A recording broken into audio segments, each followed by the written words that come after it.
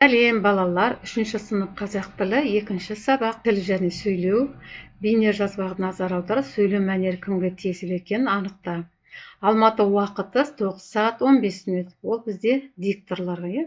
Аузыңды аш, де. Ол дәрігер. Самса алыңыз, сатушы. Абайлаңыз, есік жабылады. Келесі аялдама Абылай хан даңғылы, жүргізуші. Ойыншықтарын тағы да шашып тастағансың ба?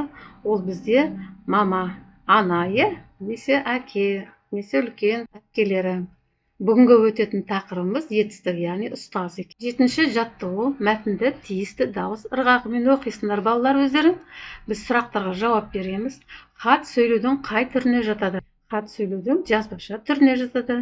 Хатты әрі қарай жалғастырып жаз. Сәлем хат. Қалдеріңіз қалай? Ата әже, ауырмай сырқамай жүрсіздер ме? Көкем жұмысын істеп жатыр ма? Біз де аман саумыз. Ауылдағы өздеріңіз өсірген бақша өнімдері пісіп жатыр ма? Сиырларыңыз бен 4 түлік малдарыңыз аман ба? Бізде күз мезгілі түсіп, ауа райы да салқындай бастады. Менің оқуым жақсы, сабақтарымды қызыға оқып жүрмін. Демалыс күндері сіздерге ауылға барамын деп ойлаймын.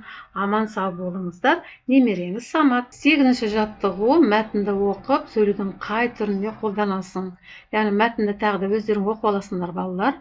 Қарамен жазылған сөздер мәтіндегі сөйлемдердің байланыстап тұрғанына назар аудар. Сол сөздер төмендегі сөздермен алмастырып мәтінді көшіріп жаз дейді.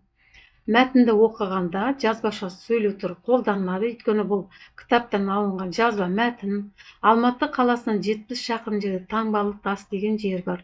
Ол бірнеше жылқалардан, өзектерден тұрады. Оның жан-жағында сайлар, ішінде күнге әбден күйген жалпақ гранит тас бар. Оған таутеке, бұғы, киік, жылқы, бұқаның бейнесі қашалып салынған. Алғашқы адамдар суреттердің көмегімен сөйлеудің қай түріне жүзеге асады? Ойыңды айт, ойыңды жазбаша сөйлеу бірден пайда болған жоқ. Сөйлеумен баста. Жазбаша сөйлеу бірден пайда болған жоқ. Алғашқы адамдар ойларын, оқиғалар мен ақпараттар жеткізу үшін тасқа салған суреттер мен таңбалар арқылы жазбаша сөйлеудің, оның ішіне бейнелі жазба немесе пиктографиялық түрдің алғашқы негізін жүзеге асырды. Олар әріптерді білмегендіктен, көрген білген салып, кейіннен бұл бірте-бірте шарты, белгілер мен әрпі бар жазуға айналды. Я балалар, мінекей тасқа қашалған жазулар, суреттер, пиктограммалар. 9-шы жаттығу, сурет бойынша күзде не болатынын айтып бер, не болмайтынын айт. Әңгімелеу үшін сөйлеудің қай түрін қолдандың? Әңгімелеу үшін сөйлеудің ауызша түрін қолданылады. Күзде не болады? Ағаштардың жапырақтары сарғайып, жерге түседі. Жеміс жидектер пісіп, оларды жинайды, саңырауықтар өседі. Күн салқындап, жаңбыр жауады. Ал күзде не болмайды? Суреттің ортаңғы бөлігінде қар жауып, ақ қала жасауға болмайды. Бұл қыс белгісінің бейнесі. Шана мен сырғанау, немесе аяз бен боран күзге тән емес. Күз мезгілге бейнеленген сурет бөліктеріне зер салып қара. Осы сурет бойынша 3 сұрақ жаз. Бірінші, балалар күз мезгілінде қандай жұмыспен айналысып жатыр? Екінші, суреттің ортасынан қандай мезгілдің көрінісі қате берілген?